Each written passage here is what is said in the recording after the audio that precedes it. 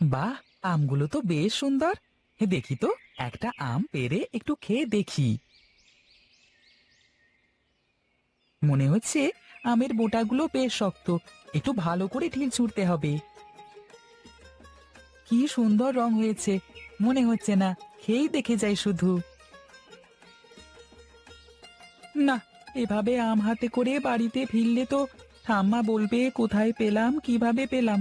তার থেকে ভালো খেয়েই ফেলি আমটা। কিরে দীপু, কি খাচ্ছিস সেভাবে লুকিয়ে লুকিয়ে?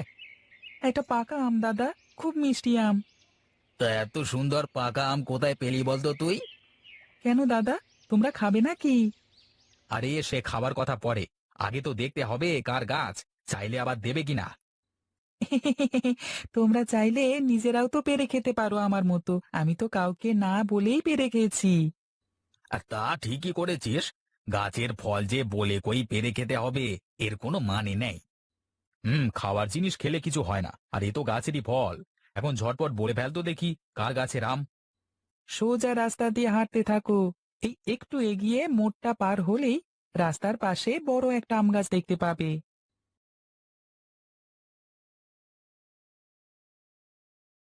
দেখ দেখ বিনোদ, আমগুলো পেকে কেমন টস টস করছে। হ্যাঁ রে হ্যাঁ, আমার তো আর তর্স হয়েছে না, তাড়াতাড়ি আমগুলো সব পারবার ব্যবস্থা কর দেখি। বেশ বেশ, হ্যাঁ সব পাকা আম তো পেরিয়ে ফেললাম। নে নে, এখন চল, এগুলো নিয়ে এখান থেকে সরতে হবে। মনে হয় বেশি করেই পেরে ফেলেছি আমগুলো। গাছওয়ালা শুনলে তো নির্ঘাত বকবে আমাদের। আরে ধুর, রাখতো তোর বকা।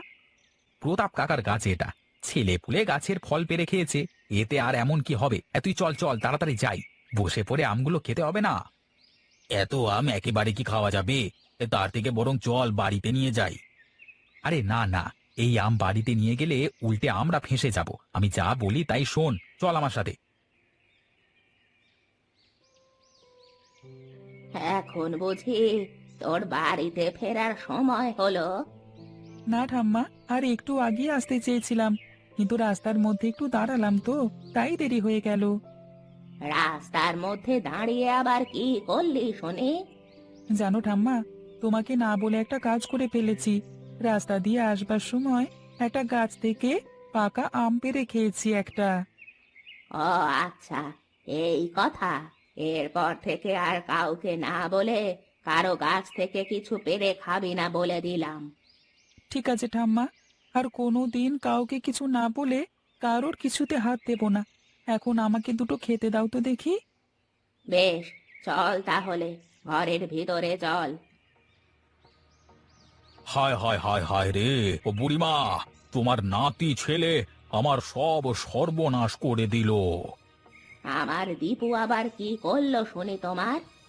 তুমি জানো না বুড়িমা, তোমার নাতি আমার আম গাছ থেকে সবগুলো পাকা আম পেড়ে খেয়ে নিয়েছে। না ঠাম্মা, এটা মিথ্যে কথা। আমি তোমাকে বললাম না, আমি শুধু একটা আম পেড়ে খেয়েছি। ওই হলো, একটা খেয়েছো মানে তুমি সব খেয়েছো। কাকু, আমি একটা মাত্র আম পেড়ে খেয়েছি, তাও খুব লোভ হয়েছিল তো, এজন্য। বলি, তাহলে গাছ থেকে এতগুলো পাকা আম গেল কোথায়? বুঝতে পেরেছি, আপনি চলুন আমার সাথে, তাহলেই বুঝতে পারবেন। তুমি থাকো ঠাম্মা, আমি এই যাব আর এই আসবো।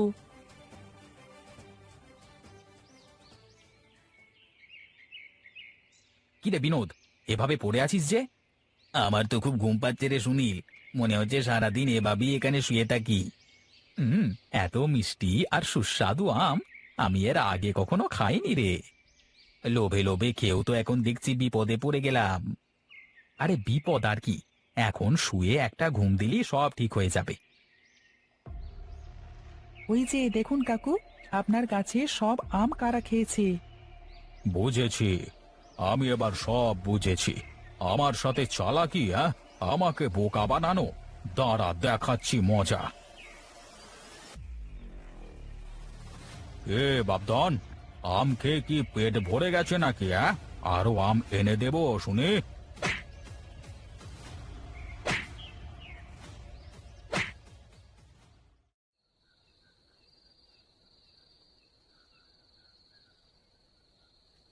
জানো ঠাম্মা, আমার না খুব দই আর চিড়ে খেতে ইচ্ছে হচ্ছে। হঠাৎ করে আবার দই চিড়ে খাওয়ার ইচ্ছে কেন হলো শুনি? রামু ময়রাকে সেদিন রাস্তা দিয়ে মিষ্টি নিয়ে যেতে দেখে হঠাৎ মনে পড়ল কতদিন দই চিড়ে খাই না। বেশ, কালই আমি তোকে 2 পয়সা দেব, তুই গিয়ে খেয়ে আসিস। ঠিক আছে ঠাম্মা, তুমি খুব ভালো। হয়েছে, এবার একটু চোখ দুটো বন্ধ করে ঘুমা দেখি।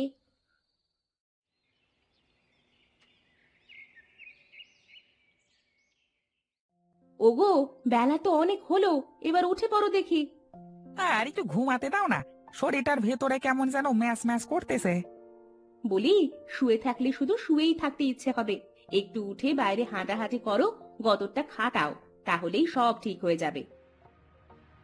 আচ্ছা, তোমার মুখের কথা এত তেতো কেন বলো দেখি? একটু মিষ্টি করে কথা বলতে পারো না তুমি? না, আমার মুখ দিয়ে মিষ্টি কথা বেরোয় না। তুমি তো মিষ্টি বানাও, এজন্য তোমার কথায় কত মিষ্টি। আমার কথা মিষ্টি না হলে কি গায়ের মানুষ আমার এই ভেজাল মিষ্টি ভালো মনে করে খেয়ে যেত? হ্যাঁ, যেদিন ধরা পড়বে সেদিন মজা বুঝবে, এই বলে দিলুম। আরে রাখো তো, মানুষ কি আর মিষ্টির এত কিছু বোঝে নাকি? মানুষকে যা খাওয়াবো তাই খাবে। যাও, ওঠো এবার, চোখে মুখে জল দিয়ে দুটো মুখে দিয়ে বের হও তোমার কাজে। আমিও আমার কাজে বের হব। কি চাই বাসা? মিষ্টি নাকি অন্য কিছু? আমাকে 2 পয়সার দই চিড়ে দিতে পারবে? আর 2 পয়সার দই চিড়ে আবার হয় নাকি? বড় জোর দুটো জিলাপি দিতে পারবো। 2 পয়সার যতটুকু হয় ততটুকুই দাও না গো। আহা, বললাম তো, এই 2 পয়সার দই চিড়ে দেওয়া যায় না রে বাবা। আর 2 পয়সা ধরে নিয়ে আয়, তারপর দেবক্ষণ। আর 2 পয়সা আমি পরে দিয়ে যাব, কথা দিলাম। আরে যা যা, তোর মতো কত ছোকরা দেখলাম। বলি, আমাকে কি বোকা পেয়েছো নাকি?